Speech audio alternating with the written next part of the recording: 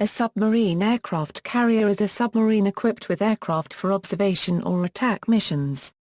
These submarines saw their most extensive use during World War II, although their operational significance remained rather small.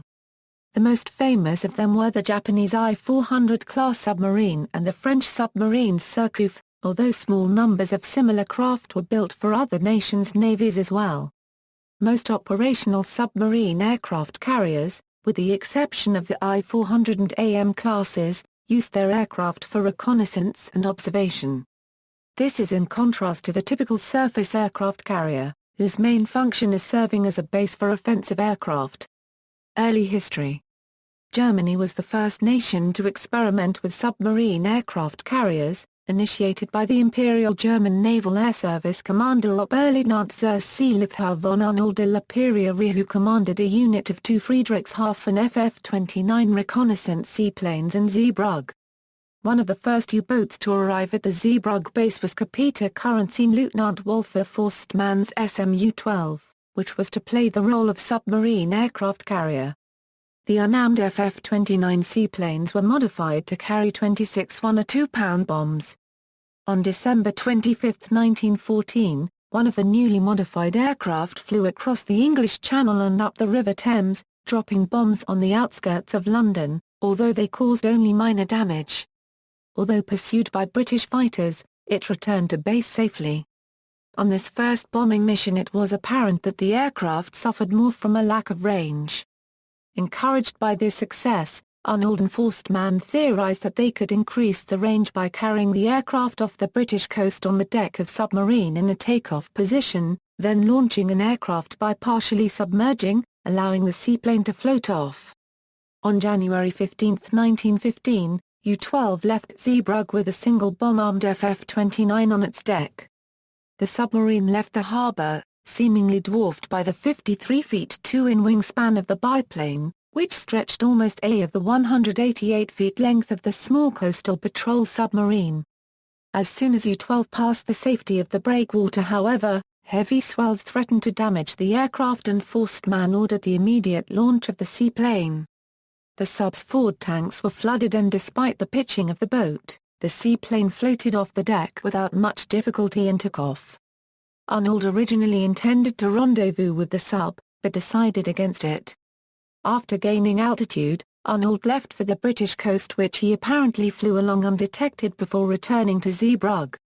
Although the aircraft had been carried out to sea and had safely floated off the submarine's deck, it was obvious improvements were needed in the procedure and setup. Arnold and Forstmann proposed further experiments to the German Naval Command, but were vetoed as their project was considered impractical. The plans were reinvestigated in 1917 in the hope that they would increase the striking power of new German subs such as the long-range cruiser Type Unterseeboot, which were to be equipped with small scouting seaplanes that could be assembled and dismantled and boarded and stored in special compartments on deck, but the idea was abandoned as the war came to an end. Two of the aircraft designs created for that purpose were the biplane Hansa Brandenburg W-20 and low-wing monoplane Luftfahrzeuggesellschaft LFG Stralsund B-19. The first type was designed in 1917 for use aboard the cruiser submarines that never went into service. The British also experimented with the aircraft-carrying submarine concept when HMS E-22 was fitted out in a manner similar to the German U-boat but for the purpose of intercepting German airships as they crossed the North Sea. It was capable of launching 2 Sopwith Schneider Float planes in 1916. However, just as in the German experiment, the aircraft were carried unprotected on the deck and the submarine was unable to submerge without losing them.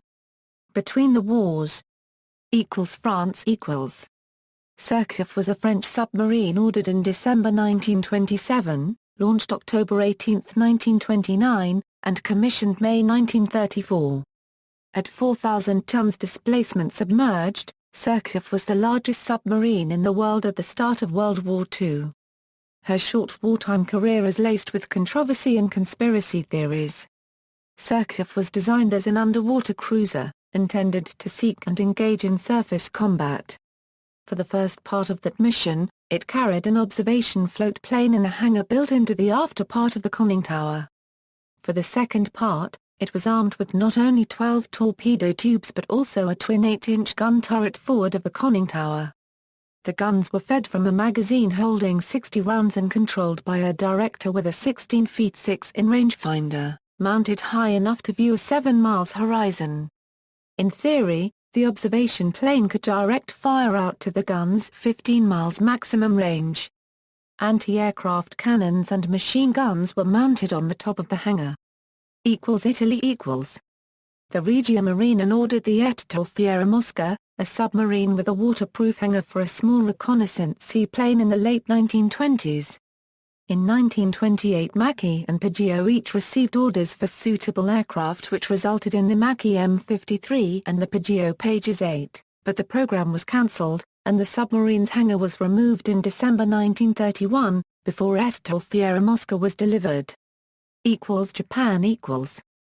The Japanese applied the concept of the submarine aircraft carrier extensively, starting with the J2 class I-6 and the J3 class of 1937-38. Altogether 42 submarines were built with the capability to carry float planes, one such vessel being the I-8. United Kingdom equals. After the loss of the heavy gun-carrying HMS M1 in the Washington Naval Treaty which restricted the armament of vessels which were not capital ships, the remaining M-class submarines were converted to other uses. By 1927, HMS M2 had entered service with a waterproof hangar for a Panalpito seaplane with folding wings, which could be launched and recovered with the aid of a derrick. In October 1928, she was fitted with a hydraulic catapult which allowed the seaplane to be launched from a ramp on the forward casing. The submarine and her plane could then provide reconnaissance ahead of the fleet, submerging when threatened. HMS M2 herself was lost in 1932, and plane-launching submarines were abandoned by the Royal Navy. United States equals. The United States began studying the concept in 1922 when two Casper U-1 seaplanes were purchased from Germany for evaluation at Anacostia Naval Station. One aircraft was later lost during an exhibition flight in 1923, but they provided useful technical information. The United States Navy ordered 6 Cox Clemen XS-1s and 6 Martin Mis-1s, both small seaplanes that like the Casper U-1 could be disassembled easily. Both were tested aboard the S-1 during October and November 1923.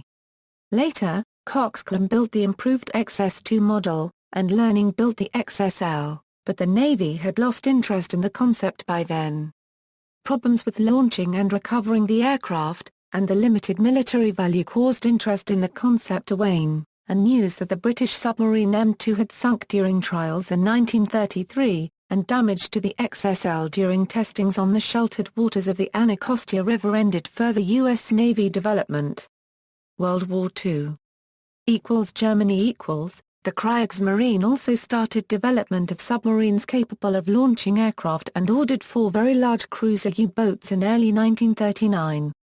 These boats were to be twice as large as any existing U-boat and were to have had a crew of 110 while carrying a single Arador 231 float plane, but were cancelled at the outbreak of war later that year. Although not strictly an aircraft, some U-boats carried the Fock-Achilles FAR 330. It was a type of rotary wing kite, known as a gyroglider or rotor kite. They were towed behind German U-boats during World War II. Type 9D2 Monson, another German long-range U-boat was the Type 9D2 Monson, used in the Indian Ocean and Far East area based in Penang. To aid such submarines the observational Toggerer kite Fock-Achilles FAR 330 Barksdale was developed. This was used in the Indian Ocean and sporadically in the southern Atlantic but its use hindered the submarine's ability to submerge quickly. The Flettner Floor 282A Colibri reconnaissance helicopter was also planned to be used from long-range submarines. This single-seat helicopter was manufactured of welded steel tubing and was sized so that it could be stowed with rotor blades and landing gear removed in a 5.9 feet, 1.8 m, diameter by 18 feet, 5.5 meters, long pressured hangar on the U-boat's deck. The Floor 282 Colibri was never deployed on a German submarine. Japan equals. the Japanese applied the concept of the submarine aircraft carrier extensively. Altogether 47 submarines were built with the capability to carry seaplanes. Most IJN submarine aircraft carriers could carry only one aircraft, though a few types could carry two, and the giant I-400 class submarines could carry three. B-1 type. The B-1 type submarines were the most numerous type of submarines of the Imperial Japanese Navy during World War II. In total, 20 were made, starting with number I-15, which became the name of the series. These submarines were fast, had a very long range, and carried a single Yokosuka E-14Y seaplane, located in a hangar in front of the conning tower, which was launched by a catapult. The series was rather successful, especially at the beginning of the war. In 1942, I-26 crippled the aircraft carrier USS Saratoga. I-19, on September 15, 1942, fired 6 torpedoes at the carrier USS Wasp, 2 of which hit the carrier and crippled it, with the remaining torpedoes damaging the battleship USS North Carolina and the destroyer O'Brien, which sank later. I-25 conducted the only aerial bombings ever on the continental United States in September 1942, when an aircraft launched from it dropped 2 incendiary bombs on a forest near the town of Brookings, Oregon. AM type. The AM type submarine was a large seaplane-carrying submarine, with a hangar space for 2 aircraft. These giant submarines were originally of the A2 type, but their design was revised after construction started so that they could carry a second aircraft. The seaplanes were to be the AKM-6A1 bomber carrying 1,760 pounds bombs. The range and speed of these submarines was remarkable, but their underwater performance was compromised, making them easy targets. I-13 was sunk on July 16, 1945 by the destroyer escort USS Lawrence C. Taylor and aircraft action from the escort carrier USS Enzio about 550 miles east of Yokosuka. I-14 surrendered at sea at the end of the war, and was later scrapped. Sentoku type. The I-400 class submarine displaced 6,500 tons and was over 400 feet long, 3 times the size of ordinary submarines. It had a figure-8 hull shape for additional strength to handle the on-deck hangar for housing the 3 AKM-6A Siren aircraft. In addition, it had 3 anti-aircraft guns and a large deck gun as well as 8 torpedo tubes from which they could fire the Long Lance, the largest, longest-ranged and most deadly torpedo in use at the time. 3 of the Senator Toku were built, the I-400, I-401, and I-402. Each had 4 3,000-horsepower engines and enough fuel to go around the world 1.5 times, more than enough to reach the United States from either direction. The submarines were also able to carry 3 Sari-Ran aircraft, each carrying a 1,760 pounds bomb 650 miles at 360 miles per hour. Its name was combination of Sari and Ran, literally storm out of a clear sky, because the Americans would not know they were coming. It had a wingspan of 40 feet and a length of 38 feet. To fit the aircraft into the hangar, the wings of the aircraft were folded back, the horizontal stabilizers folded down, and the top of the vertical stabilizer folded over so the overall profile of the aircraft was within the diameter of its propeller. A crew of 4 could prepare and get all 3 airborne in 45 minutes, launching them with a 120 feet catapult on the foredeck of the giant submarine. Post-war studies, the U.S. Navy produced sketch designs of rather fanciful submarine aircraft carriers in 1946 and 1952. The 1946 study had a projected hull classification symbol of SSV, and was initially envisioned to carry 2 X-A-2J Super Savage bombers for strategic nuclear strike, or 4 F-2H Banshee fighters. Various watertight hangar and takeoff landing ramp configurations produced potential lengths ranging from 600 feet to 750 feet, the latter with double the aircraft for a surface displacement of 34,000 tons. The 1952 study was slightly more realistic, carrying 3 F-2YC Dart seaplane fighters, with a topside launching ramp for rough seas. This would still be a large submarine, projected at 460 feet long and 9,000 tons submerged, with a 70,000 horsepower nuclear power plant to achieve 28 knots. A more economical plan was also conceived to convert WWII fleet submarines to carry a seaplane version of the A-4D Skyhawk in a similar manner to the Regulus missile-equipped SSGs, using hydroskis for takeoff as the Sea Dart did. Future designs: no submarine aircraft carriers remain in use, but the concept reappears periodically.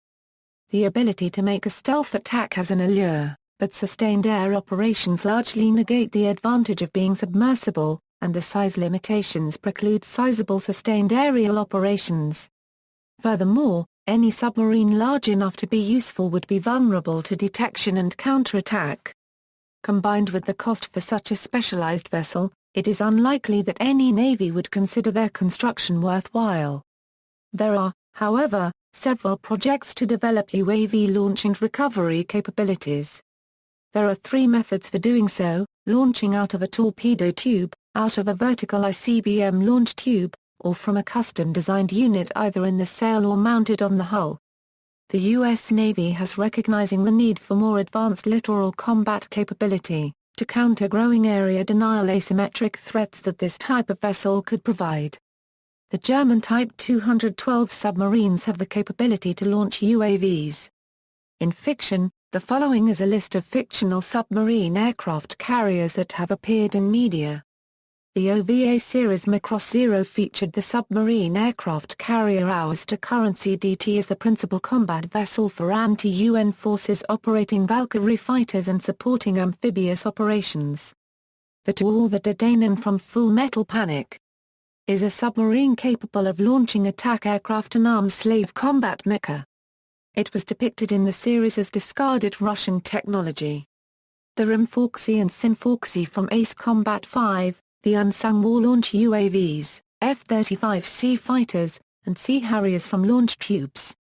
The PC game Crimson Skies features HMS Barracuda, a British submersible capable of launching Peacemaker fighters, that is later destroyed. The PC game Supreme Commander has an experimental submersible aircraft carrier, the Atlantis, for the United Earth Federation faction. Novelist G. Harry Stein wrote the Star Sea Invaders science fiction series featuring the SSCV and USS Shenandoah. In the Star Trek novel Strangers from the Sky, the CSS Delphinus was a submersible multi-role ship of the 2040s. The British television series UFO included Skydiver, a submarine with a supersonic fighter mounted on the bow. The television series Voyage to the Bottom of the Sea featured the nuclear-powered Seaview, which could launch a saucer-shaped, nuclear-powered, supersonic flying sub. The 1988 Commodore Amiga video game FA-18 Interceptor features a fictional Soviet submarine aircraft carrier as the point of origin from where MiG-29 and Su-27 launch attacks against the San Francisco Bay Area. See also, List of submarine-borne aircraft, Flying submarine, airborne aircraft carrier. References. Further reading: Terry C. Treadwell, Strike from Beneath the Sea, A History of Aircraft Carrying Submarine, Tempest Publishing, Limited, 1999. External links: Type AM Submarine, Aviation Oddities.